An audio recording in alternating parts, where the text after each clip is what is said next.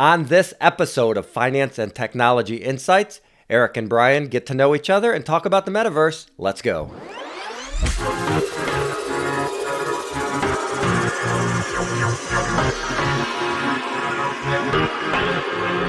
To today's show, this is Finance and Technology Insights with Eric Buhrendorf, and I am Brian Williams. And we're going to talk about some of the weekend events, the prior week events in those areas. And for the first show, we're basically going to introduce each other's businesses poorly and introduce each other personally also very poorly. So how you doing today, Eric? Doing good. That's a pretty good start for episode one. I'm not sure I'll be able to live up to that, but that's excellent. No, maybe we should just stop there. We'll do the George Costanza, end on a high note. Yeah, Good and on night, a high everybody, note. and walk out. Yeah. So what are we doing here? What's our project? So I don't know. I guess you stalked me on LinkedIn and you sent me a message and said, "Hey, I want to do this podcast." And you'd been looking for somebody for a while, and you found me. Maybe everybody else said no. I don't know, but so you reached out and you kind of had this idea, and we sort of cobbled it together, Thursday or Friday last week, and we're recording on a Monday. So yeah, that's got to be the record time for a couple of idiots putting together a YouTube channel. So I know. Yeah, you're right. I have been wanting to do to do some sort of video or audio content production for a long time. It's obviously a great tool for business to reinforce a brand and reinforce a marketing position.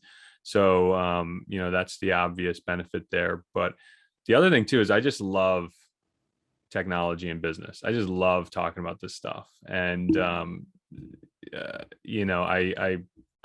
follow a lot of podcasters, YouTubers out there, and I've even reached out to a number of them. Hey, let me be a guest on your show. And I've done quite a few guest spots, but it wasn't enough. I wanted to do something myself. So yeah, I saw I think we've been connected on LinkedIn for some time, and you posted a wonderfully produced video on, I think, your channel. And I just took a shot. I said, maybe this guy will want to do this project. Yeah, you made me an offer I couldn't refuse. So I'm surprised that you're in lockstep with me. So the compensation was extravagant, exorbitant, far more than I could have ever expected. But yeah, so I had I had been fooling around with some different content. I mean, pre-pandemic, I was doing a show called Southington Business, just kind of Southington Business talks, and we were doing interviewing some business owners and having those conversations about how they started their business.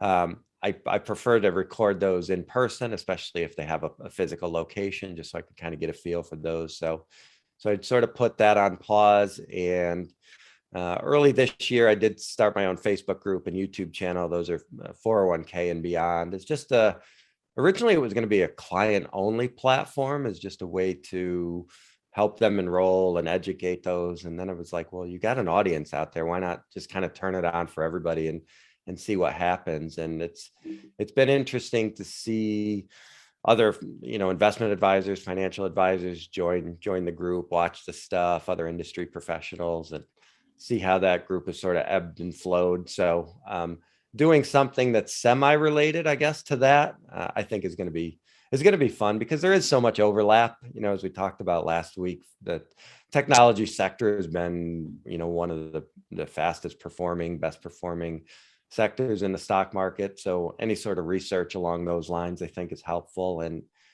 being a solopreneur and somebody who started my own business, I wouldn't have been able to do this, 10 years ago, or maybe even 5 years ago, because of the technology wasn't there to be able to automate so many things and connect with people in so many different ways. So, right. So there's a ton of overlap, and there's a ton, I think, that we're both going to learn from this, and hopefully the audience does too. Yeah, I mean, hopefully, the takeaway here for the audience and the listener is to, hopefully they'll be entertained with our antics, and hopefully we'll inform them in some useful way. Yeah, this channel doesn't preclude your other, your other effort. That I think building a community around a brand is really important for the reasons that it's helpful.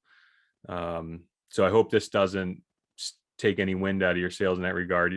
I'm sure it doesn't, and hopefully you see them as kind of distinctly. I kind of view this as our playtime. Monday morning, the wife and kids are at school and work. We just get to talk about the things that we like to talk about, and I don't expect anybody to be listening to us. So I keep using the expression, let's just run with scissors, and let's just be a couple knuckleheads, two more knuckleheads on the internet, talking into cameras and microphones, right? And see what happens, right? Right, exactly. Yeah, and I just picture the Simpsons meme with the old man yelling at the cloud, right? I mean, that's just us, two guys yelling into the cloud to see if anybody listens or if anybody cares. So you want to tell everybody what our idea for the format of the show is going to be? Yeah, I think so. The format is to go through, the last 7 days and talk about finance and technology and the crossover. And they're both certainly areas where there's going to be more than enough content. I think some weeks we'll do 5 subjects. Some week we may only do 1. So I don't think we've introduced so let me just back one step backwards, right? Yeah. So the idea is we're going to use a news aggregating site called flipboard.com. We'll put a link to the Flipboard magazine that we will curate, and it allows Brian and I to, throughout the week and the news cycle, we can pin articles that we find that interesting that we may want to talk about. My natural interests are technology anyways, so that's predominantly what I'll be pinning more than likely. And I assume you'll be touching on some finance related subject matter, but honestly, because this is our toy and we get to do what we want with it, I may just talk about something unrelated, but we'll have that flexibility, because again, we won't have any viewers, and quite frankly, it won't matter what we're doing here. So but no, we'll be using a news aggregator called Flipboard. We'll be pinning some articles, and then go ahead, we'll be talking about, we'll just be reflecting on that throughout for an hour, right? About an hour, you think? Yeah, and you're much more locked into the Flipboard world a little bit more than I am. So I remember getting into it when I first got my iPad, like the first generation iPad. That's kind of where it was at. And I've been off it for a little bit. So now I'm just sort of getting back into it. Not that it's the most complex platform.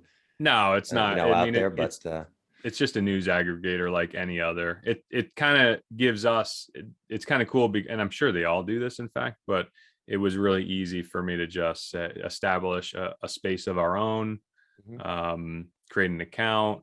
It allows us to curate articles if we have an audience. I mean, we already have 13 followers and 47 viewers for whatever those metrics mean.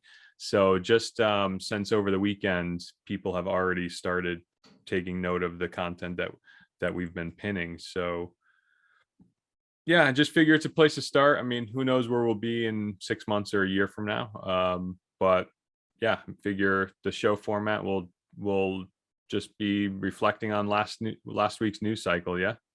Yeah, and hopefully we get a lot of comments on our YouTube channel, and we did establish a Facebook group that goes along with it well. So I think that's important to have both areas. I'm sure there'll be some content maybe through the week that we'll share in the Facebook group that might not make it onto the show.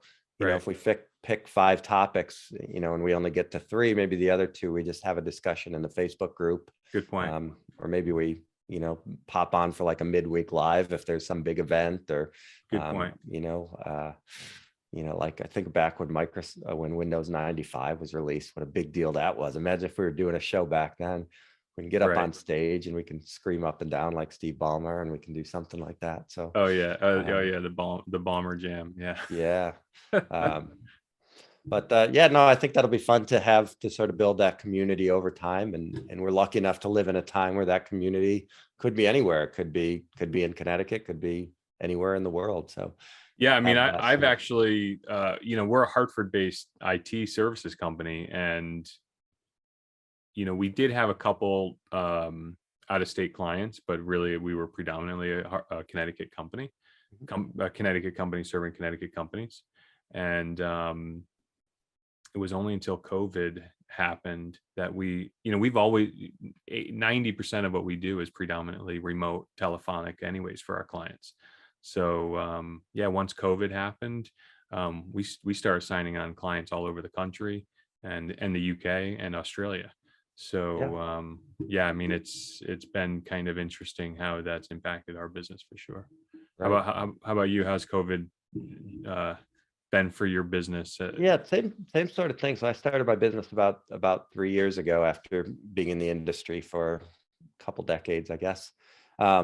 Although that makes me sound really old, but I mean, really not. I don't get me started when I started. was 12. But so no, part of my concept was to meet people virtually anyway, just because of where we are, and most of my clients are a little bit on the younger side anyway, so they're much more comfortable flipping on a Zoom at maybe 8 o'clock at night than they are setting an appointment at 1 o'clock in the afternoon. People work, people have things to do.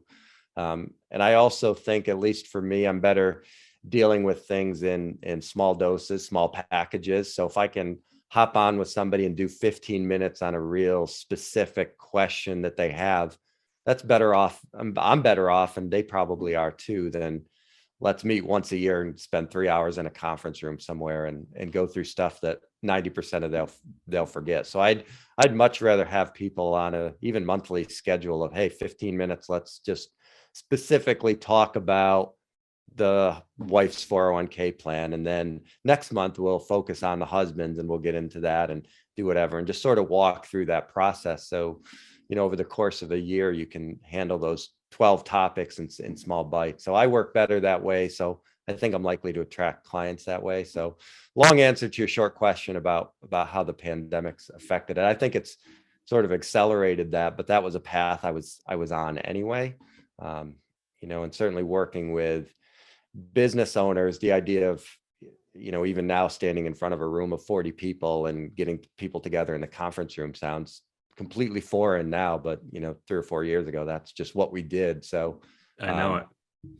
And being able to talk to many people on a Zoom, and even from different companies, I think too is important, where you couldn't really obviously do that in person. You're having a 401k meeting at this company on Tuesday and then this company on Friday, whereas now you might just say, hey, we're going to have an enrollment meeting on Wednesday night at 7 o'clock because Isn't that 90% amazing? of your plans look the same. So yeah, I mean, as long as you can pass that scale and efficiency along to the clients, they don't care. It's a win for everybody. So Absolutely. And that just brings us to today's first sponsor. This show is sponsored by Northshire Consulting in Southington, Connecticut.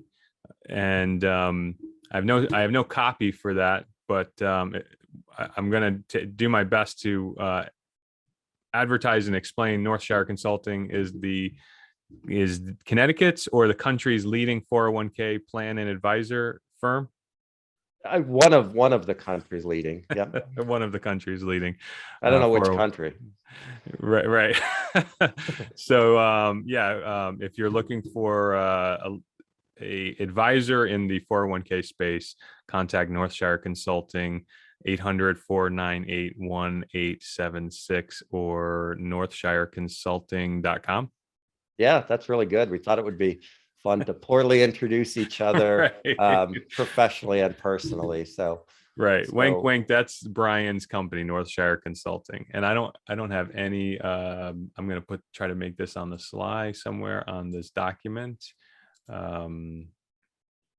So that you can have, EVERNET, but fill a space. Yeah. So EVERNET, they are one of the country's leading control all deleters, right? That's what you spend 90% of your day doing. That's right.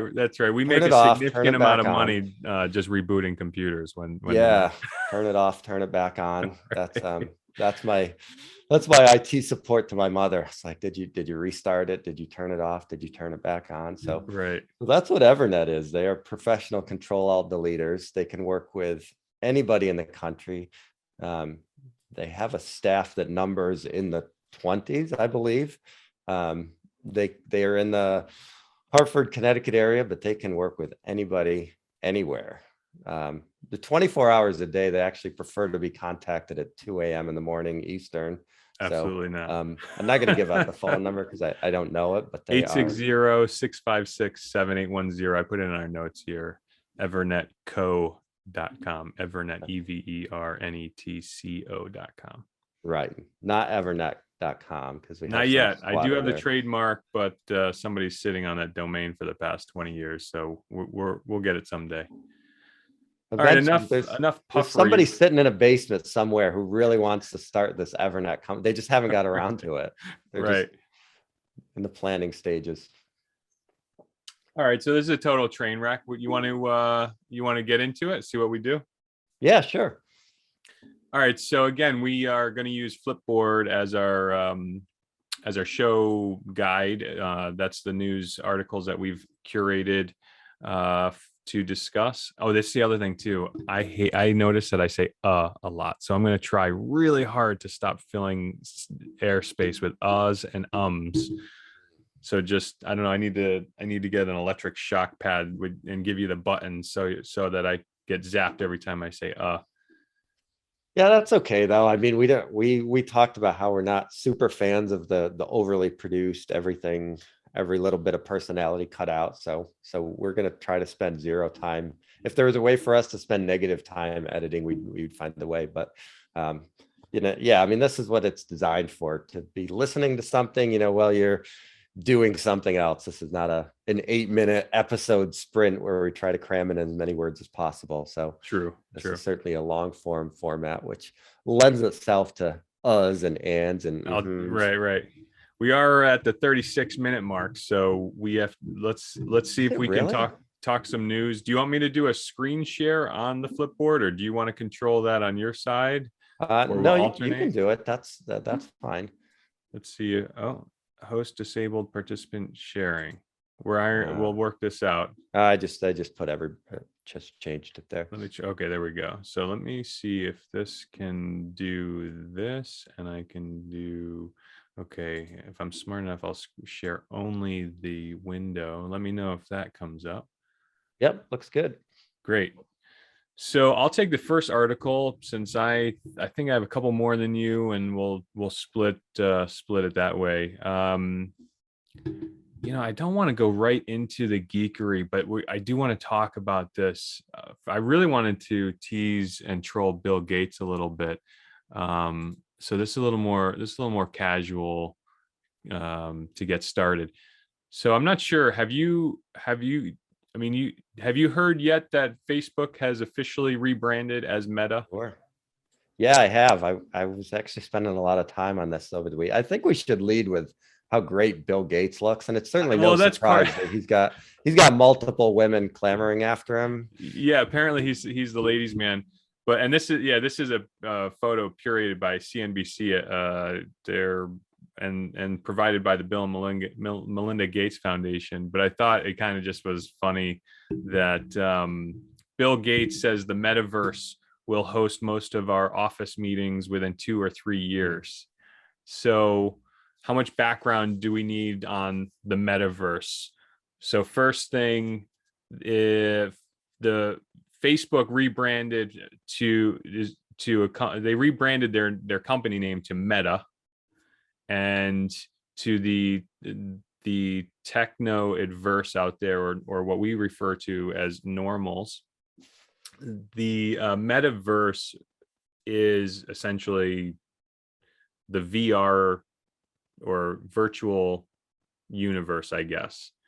And I guess you could say that what we're doing right now, or anybody working from home and having remote meetings, is effectively pre-metaverse or pre-virtual work from home or what have you. So Bill Gates is just chiming in, and who knows if he's writing. I don't know if he is answering a question in some other unrelated article or not, or interview rather, but he seems to be weighing in on the metaverse and what that means for us in our near future. And do you have a virtual headset by any chance? I do actually. Yeah, I do you do. have, I was actually looking into getting the Oculus this weekend, but I have one of the first generation, not the Oculus, but this was one that where you put the phone inside. That was the yeah, see, there you go. And yeah, this is funny because I was going to ask you about this over the weekend. And I figured it better be a better show topic to talk about. But this article is interesting because even before seeing this article, that was my theme. I sort of did an informal poll with just sort of my friends over the weekend, if they even knew what it was, if they had even, been there, as I make the air quotes. And I kind of thought I was a little behind on this. It turns out I'm not. I'm like way ahead of where most people are, because most people responded to the text like, what is it? What are you talking about? Or is that something Zuckerberg's working on? Or yeah, I think it's coming faster than we think. So I think his idea of 2 or 3 years, I mean, like you said, with Zoom, we're essentially there anyway. And if you look at Mark Zuckerberg's video that he put out with the name change, one of his rooms that he featured had a combination of people on Zoom like this, and then people in there with the avatars. So you might have 2 or 3 people at a table with their no-legged avatars looking at a screen with a couple people logged in Zoom. So obviously we know the way things work is a slow transition. It's not, off a cliff with like suddenly we're all in this thing, but no, it's definitely here. It's now. It's going to be, when we look back 3 years from now, we're going to say, wow, I didn't realize it was coming this fast. That's interesting. I didn't realize how tech forward you were. And I think that's a really ambitious or not ambitious, an enthusiastic response to it.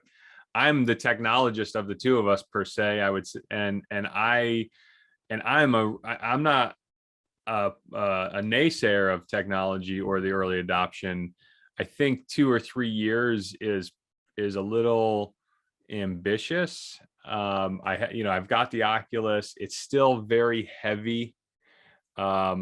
The experience of having a headset on and somehow being in the same room with other people without headsets on, how is that going to blend and mesh? And they're doing a lot of things that this hardware is going to be able to read your eyes and your face in some way, and then superimpose that on a virtual face in a meeting. Right now, if anybody's ever played the Nintendo Wii, that they'll know these little caricatures without legs that are bopping around a screen. That's very much what the experience is right now. So I don't think it's any question whether the virtual world or the metaverse is coming, and it will no longer be relegated to a plaything for children or teens. I think it's definitely going to be a valuable work tool, and even in a work environment. 2 or 3 years seems still a little close to me. But yeah, I think there's a real few. There's practical applications that, I mean, people are using now, but I think once those start to catch on, I think of comedy shows or concerts. I mean, some of the stuff that's gone on in the Fortnite universe with some of the concerts. I mean, that's 100% like now people are definitely doing that. I mean, you'll have younger performers saying, I'm just doing this concert in the metaverse because I can get 1 million people at my concert where there's no venue that will hold that. And I can sell tickets for $40 and people will pay it. So true. In comedy clubs, I think it's just like so many other things. It's that generational turnover. It's not necessarily that people are going to be converting. It's just that people are going to age out of the system or die off. And the next generation is going to be, I mean, I hate to talk about the pandemic, but how timely is that to really be the impetus to propel people into this training, right?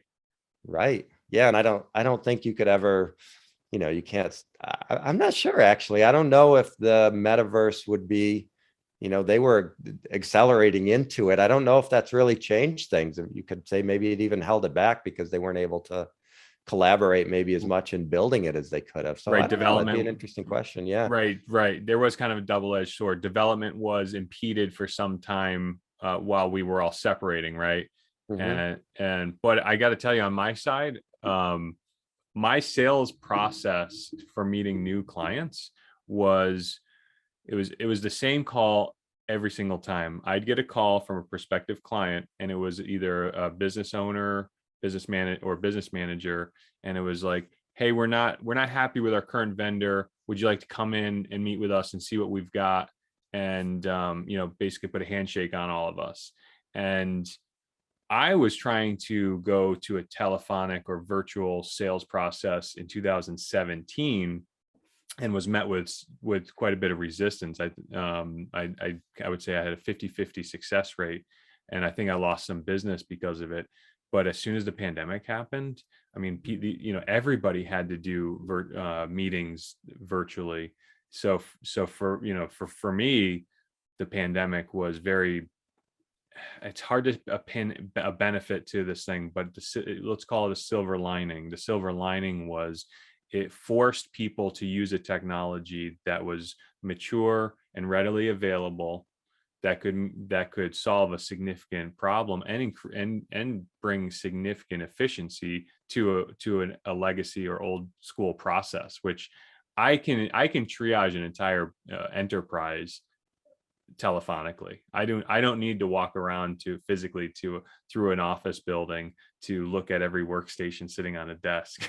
You know what I mean? And I don't need to sit in a conference room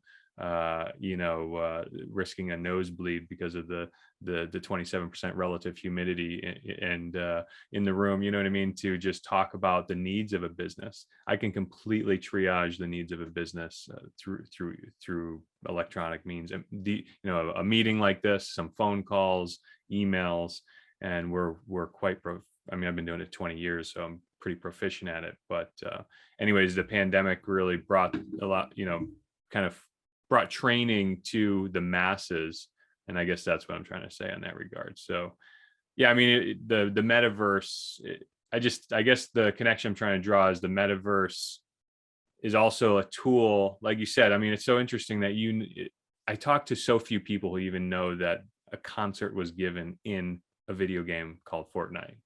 I mean, do you want to talk about that? Do I want to? I wasn't I mean, there. I didn't go.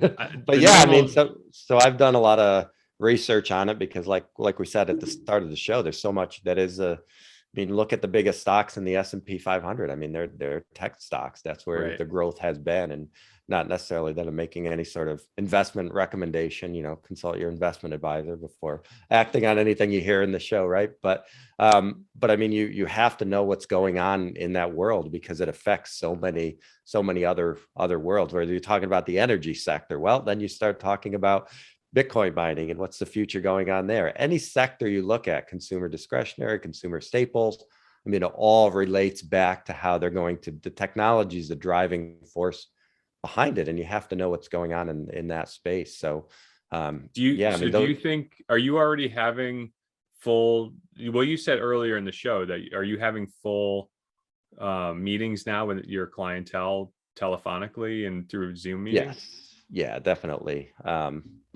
We have certain relationships with people that I've never met in person before. Absolutely. Yeah. Isn't that amazing? I just think that's amazing. So do you imagine just everybody putting their headsets on and then seeing their floating little Wii characters? I don't think, their ability to meet with me is gonna. What's that? I'm not trolling you, by the way. I love it. So, but I think it's a good conversation. So I think that, the ability to meet with me is not going to be the impetus for somebody to go out and spend $200-300 on Oculus headsets. But if they say, oh yeah, I think that I just did a yoga class with 4 of my buddies last week, and I already have these, or I've been, doing the sword game where I'm slicing up the boxes or whatever. So now, yeah, sure, I'll try it out. Why not? And I think that's how technology sort of, people are going to buy these or get into it for one specific use case. Could be the concert, could be a yoga class or exercise, which I think is a phenomenal pathway for certain, something like yoga or a class like that, where you don't need any equipment and you can have open classes with people you don't know or closed classes with people you do know. I think that's a practical application. So I could certainly see a scenario where you're meeting people, One of in a the reasons virtual why office. one of the reasons why I got it actually was when the COVID, when the kids were pulled from school. I had a brief hope that we would maybe be able to bring a 360 camera to the kids' classrooms and have the teacher broadcast in real time the instruction, and the kids will be able to put the headset on and be in the classroom. It's sad to me that technically that is possible today. But the reality is that my kids are young, so I'm a little new to the school system and the latest bureaucracy. But it's the teachers are great. They're lovely people. They care about the children. They care about the subject. But unfortunately, what I'm seeing is there's an allergic reaction to change, and things don't change quickly in the school system, unfortunately. And they're so apt to say no first to a new idea before they say yes, let's try it. And boy, the pandemic was such a time for everybody to say yes, let's try it. And I think it's sad to me because the metaverse is this is why I'm not a total naysayer. 2 to 3 years, like there's a lot of this that is already available and here, but the technology adoption curve can be real slow in the early days. Yeah, right. And the idea of it being here, what does that really mean? I mean, you can make a case to some extent that it's here now. I mean, the technology is available and it's, excuse me, what's the adoption rate look like? Well, to consider it here, I mean, smartphones happened so fast. Cell phones, feels like cell phones was like a little bit slower, like the original ones. But the smartphone, I mean, as soon as the iPhone came out, just really accelerated. So I guess that's kind of the question too, is what's considered the widespread adoption.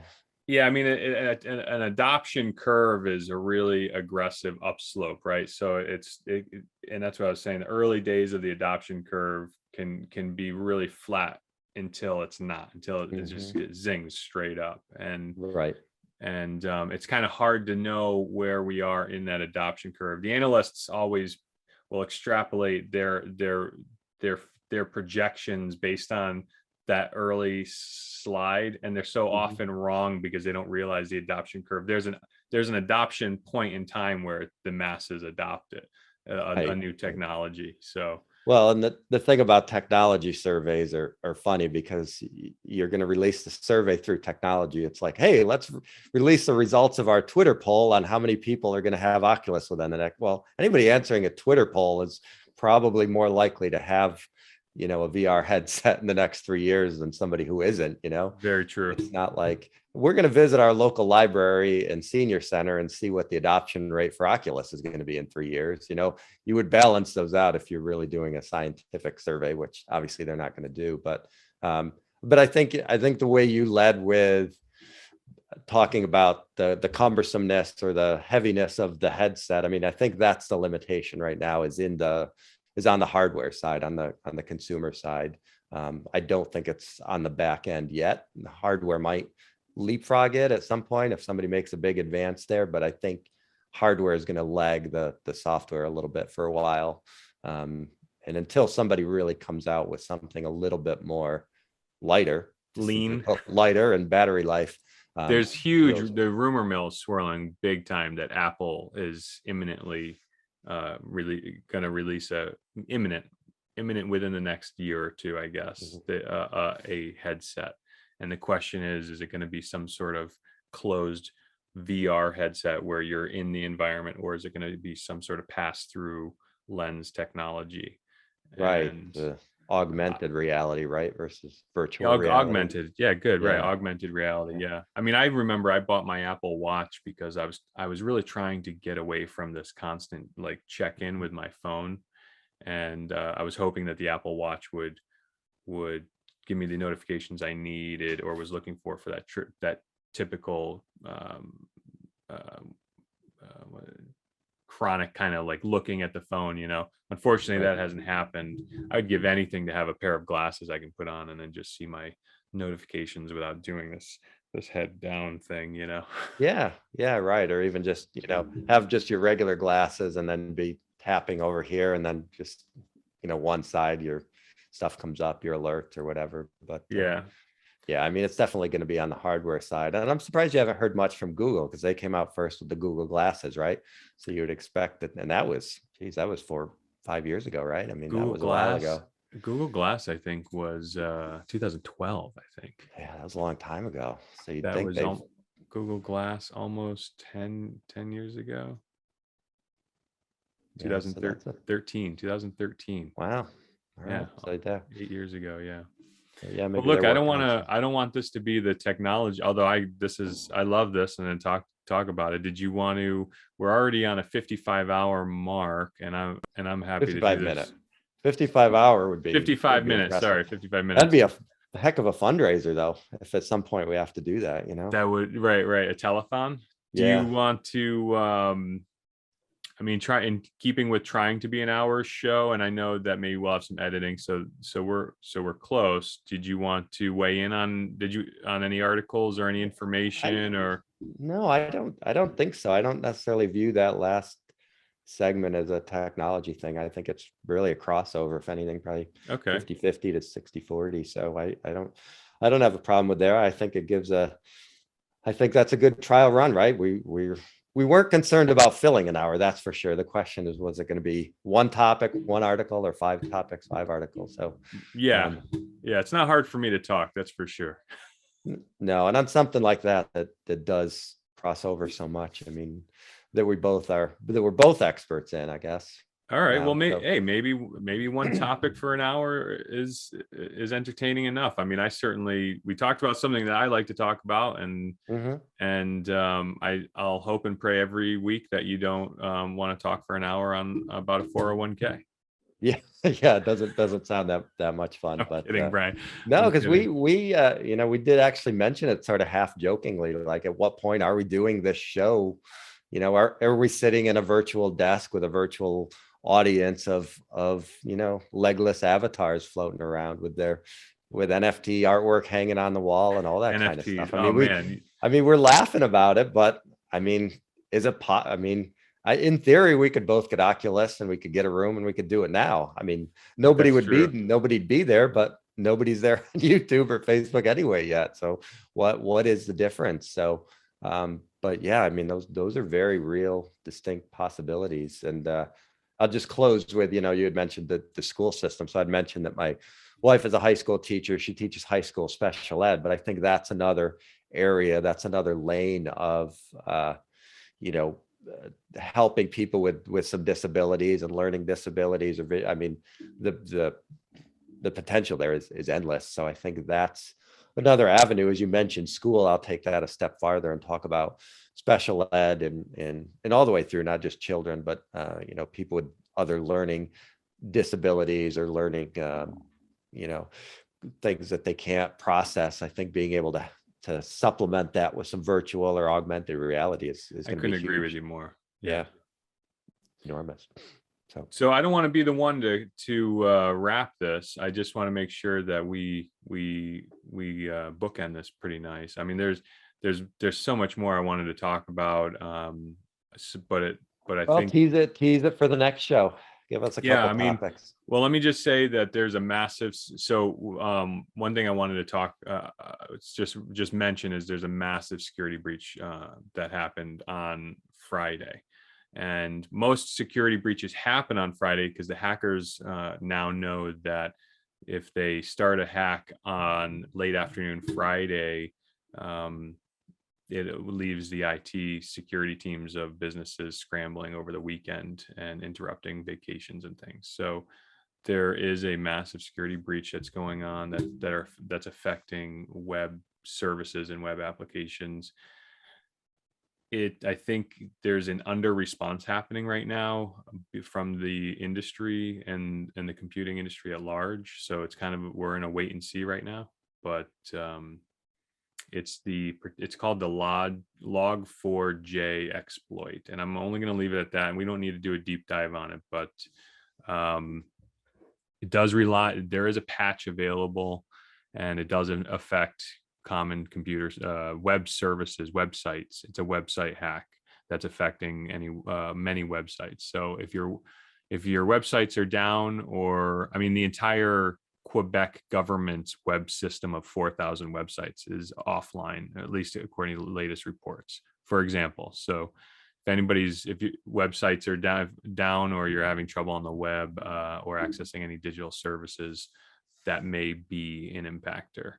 And yeah, just make sure you're patching your systems, because there is a patch for that already. So that's why it's important to have patch management for your systems. So I just wanted to touch on that. That's I did that horrible service. I think we could have talked for an hour or more on that alone, but it is kind of developing right now. So I just wanted to speak to that.